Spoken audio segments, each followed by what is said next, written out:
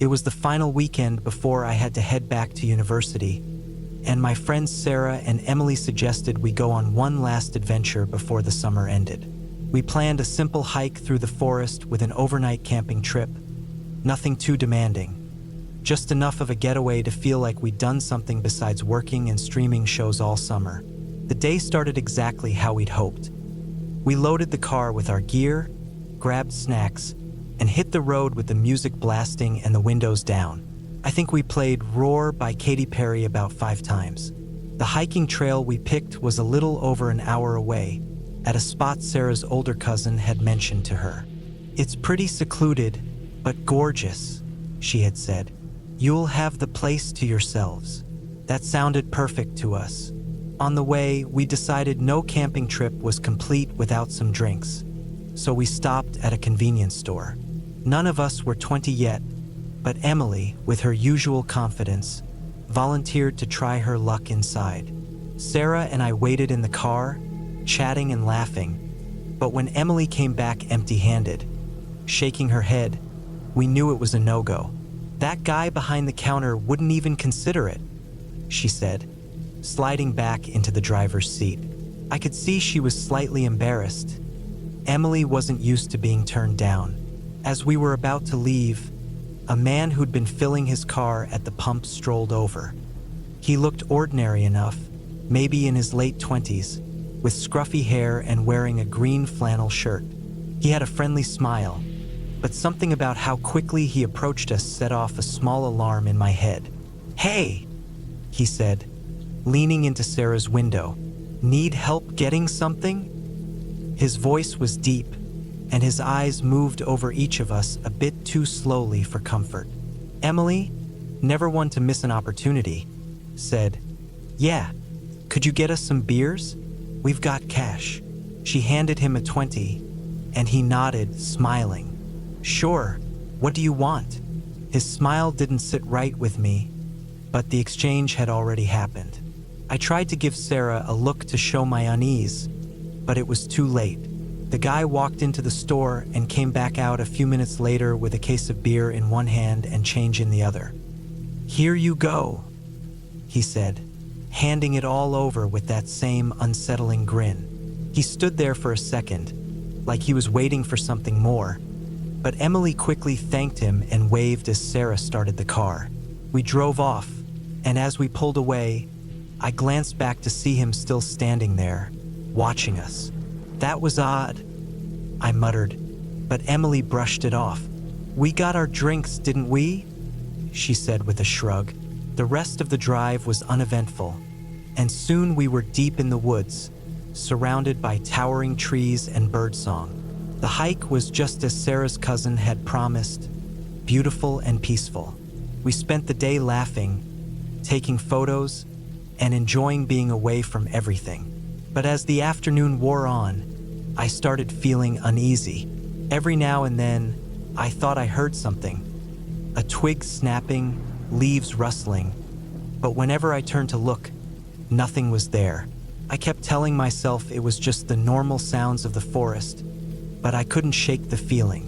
By the time we set up camp, the sun was starting to set, and our little corner of the woods grew darker quickly. We built a small fire, roasted marshmallows, and opened a few beers. Sarah and Emily were having a great time, and I did my best to seem like I was too, though I was distracted by the surrounding darkness. It was Sarah who first mentioned the noises. "Do you guys hear that?" she whispered. "It sounds like someone walking around out there." Emily tried to brush it off, saying it was probably just animals, but even she didn't sound fully convinced. We sat there listening, but after a while, the sound stopped and we managed to calm down.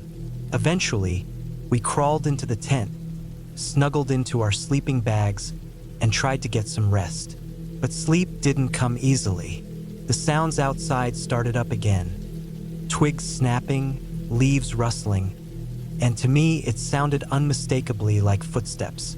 My heart pounded, and I could tell by the way Sarah and Emily shifted in their sleeping bags that they were awake and hearing it too. After what felt like hours of lying there in silence, I decided I couldn't take it anymore. I whispered to the others that I was going outside to check the fire. They didn't say much, but I could tell they were nervous too. I unzipped the tent and stepped out into the cool night air. The woods were pitch black except for the faint glow of the embers. As I was about to pour water over the coals, I heard the rustling again, this time much closer, right behind me. I froze, struggling to breathe. Slowly, I turned around, and standing just a few feet away was the man from the gas station. His face was barely visible in the dim light, but I recognized him immediately from his green flannel shirt. I was paralyzed with fear, my heart racing. He just stood there, staring at me without saying a word, which made the situation even more terrifying. It felt like an eternity before I finally found my voice. "Get away from me!" I screamed, and as if that snapped him out of some trance, he took a few steps back, then turned and sprinted into the trees. I didn't wait to see where he went. I bolted back to the tent, shaking Sarah and Emily awake. "We have to leave. Now!" I told them, my voice trembling. They didn't ask any questions. We packed up in a frenzy, not even bothering to fold the tent, just stuffing everything into our bags and heading down the trail as fast as we could. The hike back was nerve-wracking. Our flashlights barely lit the path ahead, and every sound made us jump. We were running, terrified, the entire way back to the car. We made it back before dawn and didn't say much on the drive home. We were too shaken to process what had happened. In hindsight, we should have called the police immediately, but all we could think about was getting away. When we finally reached Sarah's house, we just sat in the driveway for a few moments before I dialed 911. I told them about the guy, described the encounter at the gas station, and gave them an idea of where we had been. It's been years since that night, and we never found out what that man's intentions were or if it was really him out there in the woods. After that, we decided our summer adventures were over. Even now, I still think about him standing there in the darkness, watching me. I often wonder what might have happened if I hadn't gone outside that night, but I try not to dwell on it too much. All I can hope is that he was just a creep and nothing worse.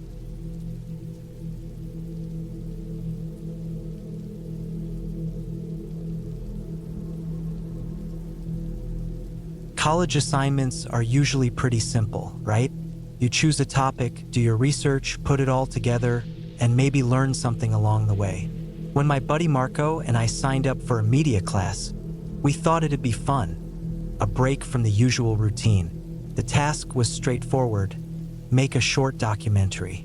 But being the overachievers we were, we aimed for something bigger, something that would make our project stand out and, more importantly, something that caught our interest. That's how we ended up in the middle of a supposedly haunted forest not far from where we lived. Our goal was to bust the myths surrounding this place, legends that had kept people away for years. The forest, despite its dark reputation, was stunning in its own right: tall, lush trees, and a peaceful quiet that felt almost soothing. But the silence felt heavy, like the woods were holding their breath, waiting. The stories about this place went back generations. People said it was sacred land once, but over time, the stories shifted to tales of ghosts, demons, and dark rituals. In my opinion, it was just old folklore exaggerated through the years. Marco agreed. Neither of us bought into the paranormal or strange energies, and we were pretty sure the tales of the forest being cursed were just superstitions, perfect material for our documentary. We wanted to peel back the layers of these stories and show that this forest was just another collection of trees. We spent the first few hours filming, getting shots of sunlight breaking through the trees, the dense underbrush, and even some of the caves dotted throughout the area. The forest was objectively beautiful. There was one cave in particular that stood out to us. It wasn't deep, but the way the light hit the rocks gave it the eerie vibe we wanted for our film. As we set up the camera in the cave, it felt like the atmosphere shifted. The sun slipped behind some clouds, and the usual sounds of the forest seemed to dim. Suddenly, Marco froze mid-shot and whispered, asking if I had heard something. I hadn't, but the look on his face was enough to unsettle me. We stood there, listening intently, and then I heard it. A sound from outside the cave. We had been hearing wind all day, but this was different. It sounded like someone or something was walking towards the cave, the footsteps closing in, only to fade away like they were retreating. We exchanged nervous glances. We had been laughing off the ghost stories all day, but in that moment, fear crept in. My mind scrambled to find a logical explanation. Maybe another hiker, maybe an animal, but nothing felt right. Trying to sound calm, I suggested we wrap it up as we had enough footage. Marco didn't argue. We quickly packed our gear, both pretending to stay cool, but it was obvious we were moving a little too fast. When we stepped out of the cave, the forest seemed darker. The sense of unease only grew with each step back towards the car. We hadn't gone far when the sound returned, this time louder and much closer. We stopped, listening as the rustling morphed into distinct footsteps. Then we saw them, two figures darting through the trees, their movements blurred by the shadows. We ran. I glanced back several times, but couldn't quite make out what was chasing us. My heart pounded as Marco and I clumsily ran through the forest, trying to avoid tripping on the roots or crashing into trees. The figures seemed to glide effortlessly between the trees, while we struggled to keep our pace. The faster we ran, the louder the footsteps grew, as though they were right on top of us. When I looked back again, I caught my clearest glimpse yet. They were human-shaped, but something about the way they moved was just wrong. They were dressed head to toe in black, moving with unnatural ease.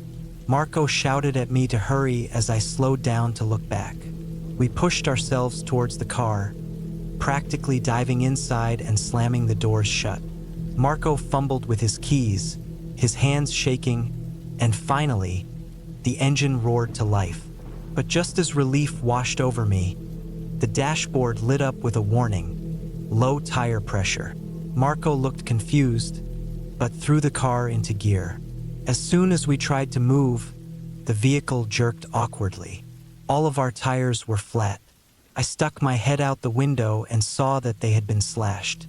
Before we could fully process it, movement caught my eye.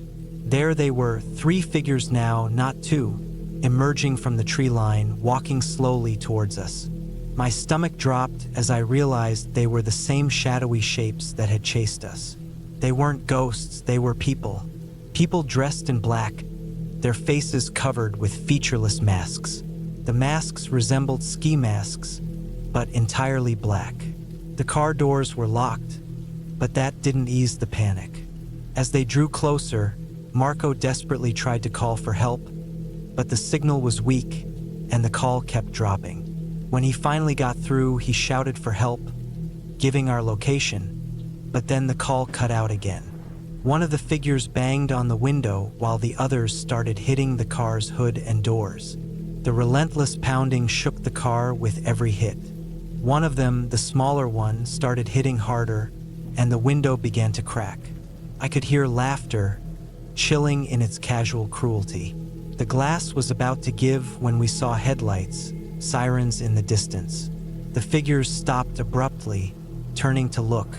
A ranger's vehicle appeared, and without a word, the figures bolted back into the woods, disappearing as quickly as they had appeared. The ranger pulled up next to us, his face a mix of concern and confusion. He asked if we were okay, and we nodded, still too shaken to speak. He led us to his vehicle, calling for backup on his radio, and we left the car behind, grateful to be away from those woods. At the station, we gave our statements to the police, detailing everything. Later, they caught one of the figures, a large guy with a goatee and tattoos of roses on his temples. When asked why he did it, he simply smiled and said, "Because I wanted to." His lack of remorse was chilling. We never found out who the other two were. We didn't know if it was some twisted gang or just a group of sadistic people. But the thought of them still out there, lurking in those woods, is enough to keep me awake at night. Marco and I set out to prove the woods weren't haunted. And while we might have been right about that, it didn't mean there weren't monsters in them.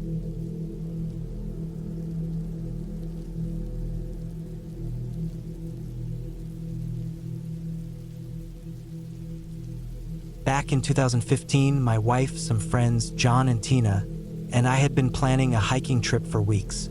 We all worked in different fields, so it was rare for all of us to have the same weekend free.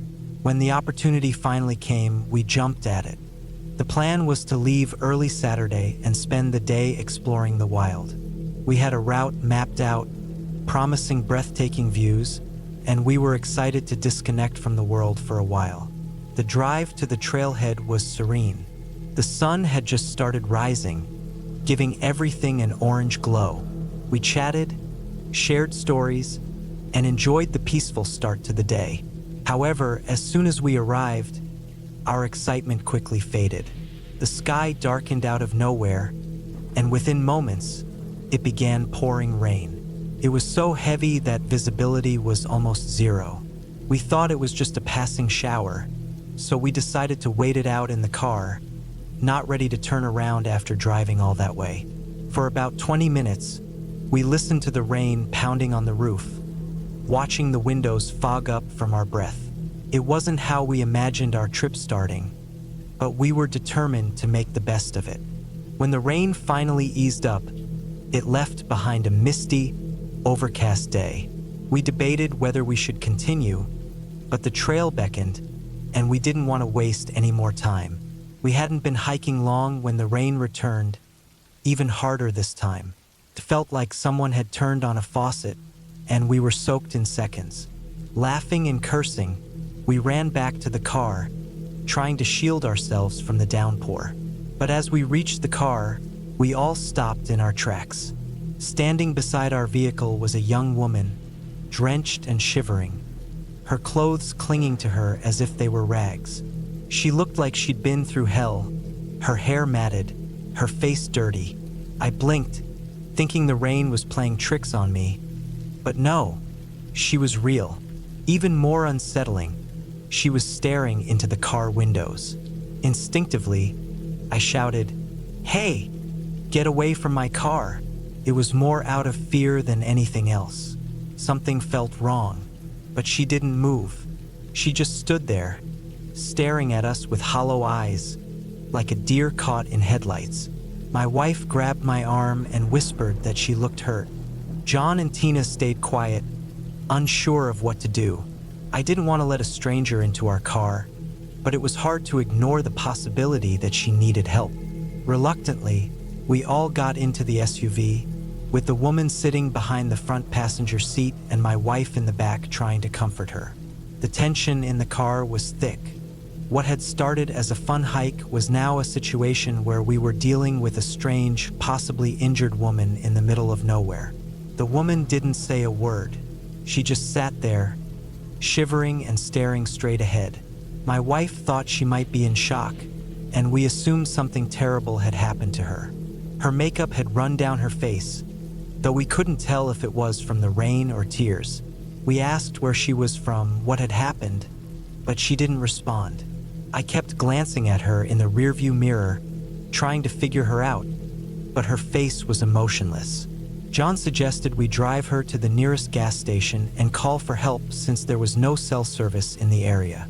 We all agreed. As I started the car and we drove down the muddy road, something still felt off. It wasn't just the tension. It was the way she had appeared out of nowhere and remained eerily quiet. She didn't seem to care about the cold or rain, which made me uneasy. We were about 2 minutes from the gas station when the woman suddenly let out an ear-piercing scream, a high-pitched wail that startled me so badly I nearly lost control of the car. She thrashed around in the back seat, hitting the windows and seats, making it hard to keep the car on the road. The rain was pouring down, and before I could regain control, we skidded off the road and into a ditch. For a moment, everything was silent except for the sound of rain pounding on the roof. We were all trying to catch our breath and process what had just happened. Then, the woman started laughing. This cold, empty laugh that sent chills down my spine. I had a small cut on my forehead from the steering wheel, but everyone else seemed physically fine. John shouted at her, "What the hell is wrong with you?" Her laughter abruptly stopped. She reached inside her shirt and pulled out a small blade. It looked like a box cutter. She pressed her elbow into my wife's neck while holding the blade to Tina's throat and demanded, "Give me all your money." The most chilling part was the lack of fear in her voice. There was only this sick satisfaction. We didn't argue. We handed over whatever cash we had, too scared to do anything else. My wife started crying, John was cursing, and I was just trying to keep it together. The woman grabbed the money, opened the car door, and sprinted into the rain without looking back. We sat in stunned silence for a few moments, the back door still open. Then, I started the car again, and we drove the rest of the way to the gas station. We reported the incident, but by then, she was long gone. The police took our statements, but they didn't seem hopeful about finding her. To this day, I have no idea who that woman was or where she came from. I thought maybe she was on drugs or something, but I never found any news reports or crimes that matched what we experienced. All I know is we were lucky to get out of that situation alive, and it still haunts me to think she might be out there doing the same thing to someone else.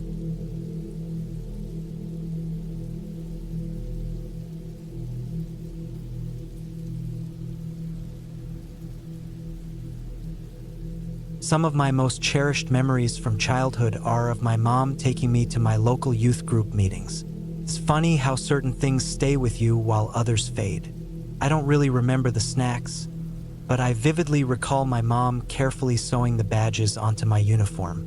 I'm not sure if these details stand out because I lost her and this was one of our favorite shared activities, or if it's because I was always so eager to learn as a young girl.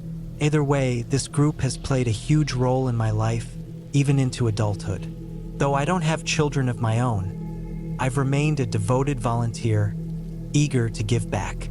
The story I'm about to share is one I've never actually written down before, so bear with me as I try to recount it as best I can. It takes place during one of our annual camping trips, where we'd have activities like hikes, crafts, and plenty of fun to keep the girls engaged. I typically helped with preparing meals and organizing craft projects. I often spent my own money to buy snacks and supplies, always researching ways to make the trip more enjoyable, especially for the girls who weren't as into the outdoor stuff. I remember feeling out of place as a child and wishing for more creative, indoor activities, so I always tried to provide that balance. This particular trip began like all the others. Most of the leaders were the girls' mothers or other volunteers like myself. As usual, the first thing we did after breakfast was go on a hike. We always started the trips with a hike for two reasons. The girls were excited, and it helped them burn off energy, which usually meant a better night's sleep later. This hike, in the beginning, was just like all the others. The kids were buzzing with excitement, and everything seemed safe and normal. Then, out of nowhere, things got eerily quiet. My ears felt blocked, and all I could hear was this strange buzzing sound. I shook it off and quickly looked around to check on the girls. That's when I realized one of them, Katie, was missing. I hurriedly walked up and down the line of kids, scanning for her, but she wasn't anywhere to be found. Trying to stay calm, I called her name and moved ahead, hoping she had wandered off with another group. I ran into one of the other moms and asked if she had seen Katie. Seeing the concern on my face, she immediately joined me, calling out for her. After a few minutes, we alerted the others to stop and do a head count. Panic started to creep in, and I began to fear the worst. We were about to call the authorities when suddenly Katie appeared, casually walking out of the woods a bit off the trail. I rushed over to her, checking to make sure she was okay. She seemed perfectly fine, no injuries, no signs of distress. In fact, she didn't even look the least bit unsettled. I took her hand, and we continued the hike, making sure to keep all the girls in a single file line this time. Katie, usually the quiet type, was surprisingly chatty, humming and talking about all sorts of things. It was odd for her. I playfully asked what had put her in such a good mood. She smiled and said, "I made a friend in the woods. They told me to stay away from the man in the red cave." I stopped in my tracks, confused. I asked her who she had met and if anyone had touched her or tried to hurt her. She just kept smiling and saying her new friend was nice and wouldn't hurt her. But they kept warning her about this man in the red cave. Goosebumps crept up my arms. I couldn't quite make sense of it, but I made sure Katie was okay and hadn't encountered anything dangerous. That night, I had trouble sleeping, my mind racing with thoughts about what she had said. Had she really seen someone, or was her imagination just running wild? Thankfully, nothing else happened that weekend, and we all returned home safely. Years passed, and I hadn't thought about that incident in a long time. That is, until we returned to the same campsite for another retreat. I hadn't even remembered the place until one night. While I was sitting outside, struggling to sleep, I noticed another young girl stirring. I asked if she was okay, if she needed to use the bathroom, but she said she was just having trouble sleeping. I told her I often had a hard time sleeping in unfamiliar places too. She shook her head and said it wasn't that. She had been having bad dreams.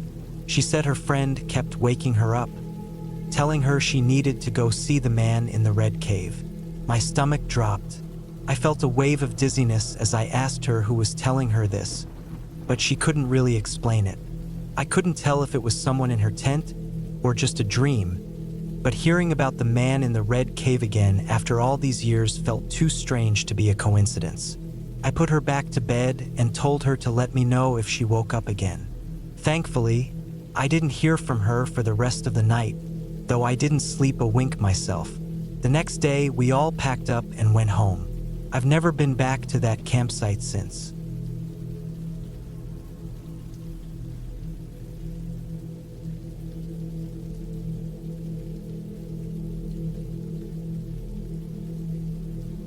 This story occurred about 6 years ago. I'll change the names for privacy, and this is a temporary account, my only post here. I was with my girlfriend, let's call her Sarah, for 3 years at the time of this event. We both loved the outdoors, hiking, fishing, picnics, you name it. We enjoyed driving to random parks just to explore.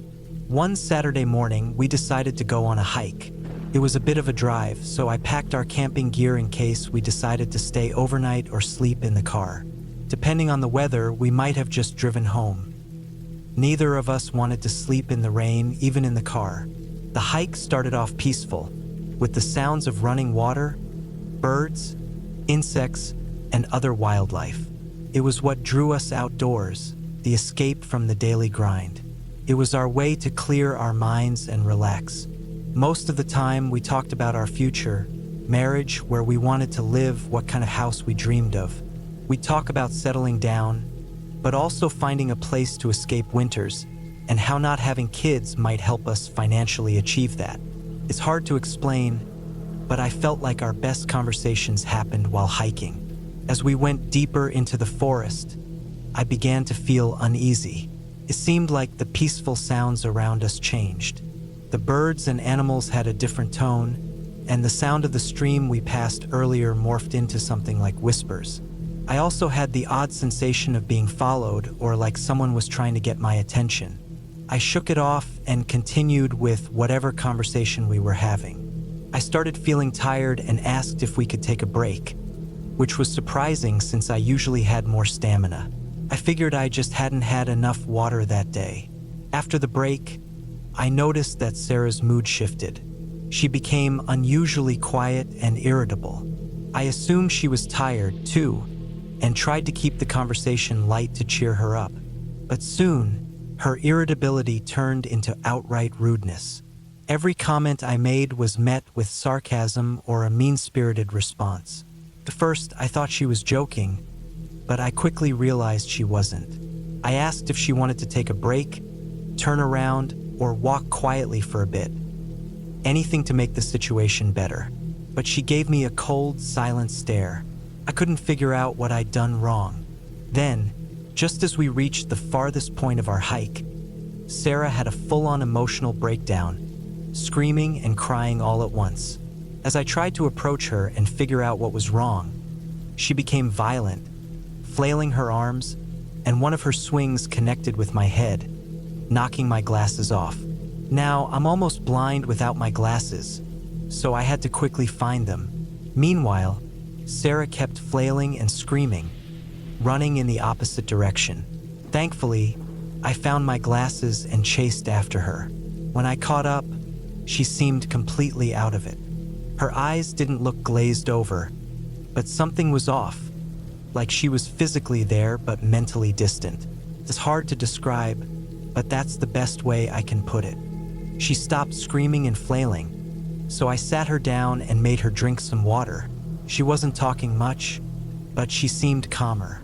Once I was sure she could walk, we began heading back to the car.